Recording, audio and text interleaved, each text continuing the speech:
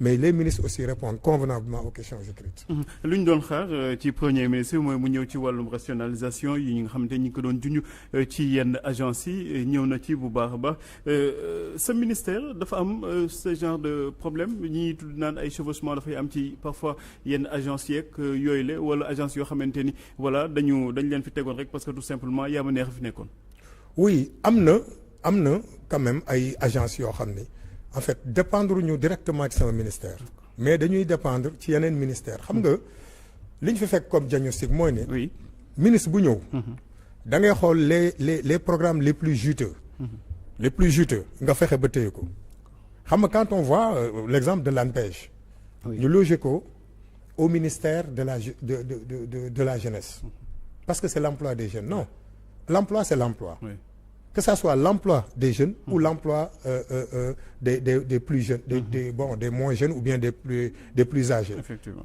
Parce que man li ma gëm sax mooy et daan naa dégg premier ministre di ko wax emploi la rek la. mais dañ nekk nag dans un pays nous avons presque 70% de jeunes mais de la façon la plus automatique possible mais effectivement quand on crée des emplois c'est beaucoup plus effectivement pour cette masse-là qui est beaucoup plus prédominante donc am na effectivement ay structures yoo xam ne dañ ko loger un peu partout dafa tas parce que ñun au niveau du ministère de l'emploi amuñu benn programme actuellement nii qui traite de l'emploi logé au niveau du ministère mais on comprend parce que quand le président Bassirou Diomaye Faye est venu il a pris l'emploi mu rattaché ko au ministère du travail alors que bu njëkk ba dañ ko doon rattaché soit formation professionnelle soit fonction publique donc comme mu ngi soog a ñëw c'est tout à fait normal maintenant que dispositif bi ni mu tasee noonu ñu fexe ba jël li nga xam ni dafa war a ñëw au niveau du ministère du travail de l'emploi mu ñëw fa et peut-être je crois que gis nga instabilité boobu Pape Makhtar il faut que ñu waxtaane ko parce que mënoo jël un ministère logé ci un programme quelconque bu teyee mu nekk fii beneen gouvernement ñëw yóbbu ko feneen beneen gouvernement day indi instabilité en termes même de mise en œuvre mais en termes même de collecte de données et de pilotage problème la donc ce qu'il faut faire ici mooy que emploi ñu rattaché ko de façon définitive à un ministère quel que soit par ailleurs ñu ñëw maintenant les choix politiques diffèrent les intérêts peuvent différer mais ku ñëw wax dëgg yàlla gis ne lii on peut l'installer dans la continuité ñu installer ko malheureusement ça ne s'est pas tellement passé comme ça parce que looloo tax ngay gis un programme boo xam ne ministère de l'emploi et de la formation professionnelle la nekkoon mi ñu jëlee emploi yóbbu ko fële le ministre de la formation professionnelle bi fi nekkoon du temps de Macky Sall xam ne projet boobu bu ko rëccee dina am lu ko kii mu téye ko foofu au niveau du ministère de la formation professionnelle alors que dafa waroon dem ci fi ñu rattaché le nouveau ministère de l'emploi donc tout ça ce sont des problèmes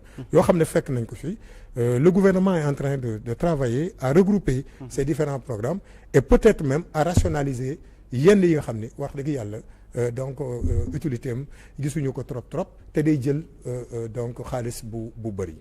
li mu fonctionnaire yi nga xamante ni jóge na ci benn catégorie ñu yokk ko ci diir bu gàtt bu ma juumul 2024 xaw ma ñuy tolloon ci 175 000 am benn hausse boo xamante ni dara mënu ko justifier en tout cas d'après ñenn ñi nu mu yokkee aussi noonu la salaire yu yokkee. Est-ce que li ngeen waxoon ni da ngeen koy def mooy def état des lieux jot ngeen ko def pour xam déjà ndëgam lii mu fonctionnaire yi ñi dëggantaan ay fonctionnaire na ñi nga xamante ni dañ leen répertorier nit ñuy liggéey physiquement la wala ay emploi fictif la. oui mais am na ci lu bari loo xam ne emploi fictif la am na ci lu bari loo xam ni xëy na peut-être je ne sais pas lan moo tax gars yi def ko pendant ce qu'on appelle la période douteuse parce que noo mën a xalaatee rek Pape Makhtar entre février ak mars nit ki war a dem di signer ay contrat à durée indéterminée à tout va soit période boobu xalaatoon nañ ne comme élection bi bon différé nañ ko bu ñu ko defee ça va augmenter leur personnel politique ou bien vraiment c'est un acte de sabotage parce que c'est inadmissible de faire ça looloo tax loolu Pape Makhtar logiquement kenn waru ko mun a nangu benn Sénégalais mënul nangu loolu autant de personnes yoo xam dañ leen defal ay contrat à durée indéterminée boo gisee nit ñi di wax di casse un peu partout mooy ce sont ces gens-là hein ñi nga xam ne oui ay CDI bari na ci am na benn programme boo xam ne boo fa demee chauffeurs yi lañ fa fekk chauffeur. moo ëpp sax personnel bi loolu mosoo ko gis. ah oui chauffeur yi bu ñu xëyee dañuy toog suba ba ngoon. pour un parc par exemple automobile de 10 voitures parce que ministère bu ne xam nga sa parc automobile. Effectivement. Tu as une trentaine de chauffeurs. loolu c'est impossible. te ñooñu ñëpp li ñu leen signé ñëpp seen contrat c'est pendant cette période là. donc loolu effectivement nit ñi ñu ngi ciy liggéey li nga xam ni constaté nañ ko bi ñu ñëwee. le président de la République a demandé. tous les contrats et tous les décrets yoo xam ni le président Macky Sall daf ko signé entre février et mars lépp ñu bloqué ko. parce que par courtoisie sax yow waroo di dem. mais di signer. par courtoisie même. par rapport à ton prédécesseur par rapport à celui qui vient te remplacer. loolu ñu ngi ci. audit de la fonction publique aussi ñu ngi ci et peut-être au plus tard d'ici mai ou juin daañu am la réalité gis nga réew muy fépp ba ci sa entreprise bi nga créé Pape Makhtar. da ngay xool charge yi ak besoin yi. tu ne peux pas avoir plus de charge que de besoin c'est pas possible. amul dara luy tax loolu dox looloo tax nag ñu am ce problème là une masse salariale qui a explosé. wax dëgg yàlla des gens yoo xam ni tey jii nii mais Pape Makhtar effectivement y a des gens yoo xam ni daawuñu liggéey si ñu leen di fay seen kër la ñuy toog. kon toog muy dox yi ma doon dégg ci réseaux sociaux yi dëgg la mais dafa am man dama lay jox programme xëyu ndaw yi. oui mais liñ fa fekk c'est incroyable. am na ci ñoo xam ne sax boo leen wooyee dañ naan man de dañ ma daan yónnee et puis li ci gën a garaaw. nit ki da ngay toog programme xëyu ndaw yi. ay Wave Orange Money la ñuy jël xaalis di la ko yónnee. am na ci ñoo xam ne ña nga ca kenn xamul fu ñu nekk. ñoom boo waxee mais monsieur le ministre li ngay wax nii ci état nañu nekkoon. wala ci lan nañu nekkoon. mais c'est la question qu'il faut se poser. ci état la ñu nekkoon moo tax programme xëyu ndaw yi mais ñu ngi koy auditer. on a demandé à l'inspection générale des finances mu auditer ko on a écrit même pour que la Cour des comptes ou l'IGE pour ñëw ñu xool ko. ay Wave xam nga Wave jël sa xaalis def sa téléphone. Wave di ko yónnee ay nit programme xëyu ndaw yi. c'est ce qui a été à l'origine même d'une baisse. actuellement pour ñu xool programme xëyu ndaw yi lan mooy ci dox ak lu ci doxul c'est vrai que crédit yi wàññi nañ ko de 5 milliards mais bon on espère que bu ñu ko évaluer ba pare ba mu jar ko ba ñu xam dañu soxla effectivement dañ te 10 milliards la woon programme xëyu ndaw yi. xam nga kooku c'est un problème Pape Makhtar. te loolu fi lañ ko fekk. une perte de 600 millions boo xam ne kenn xamul fu mu dugg ba léegi ñu ngi koy xool. ci programme xëyu ndaw yi c'était un désastre parce que tout simplement ki fi nekkoon toog na gis na ni la jeunesse était en grande partie avec le président du parti président Ousmane Sonko actuel premier ministre. mu ne xaaral ma jéem a dagg donc cette dynamique là jël ay ndaw di leen yónnee xaalis à gauche à droite te nga tuddee ko programme xëyu ndaw yi te xale yi xëyuñu demuñu fenn. ce n'est adossé à rien c'est une directive amul sax décret. chef de l'État moo toog def ko directive mais amul aucun acte aucun truc légal bu am soubassement. mais li nga wax nii c'est grave hein. mais c'est grave moo tax bi ñu ñëwee.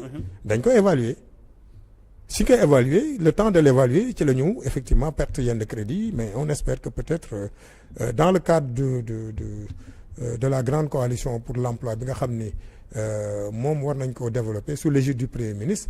daañu xool naka la ñuy def pour que loolu ñu gën ko ñoŋal mais buñ la waxee liñ fa fekk c'est incroyable.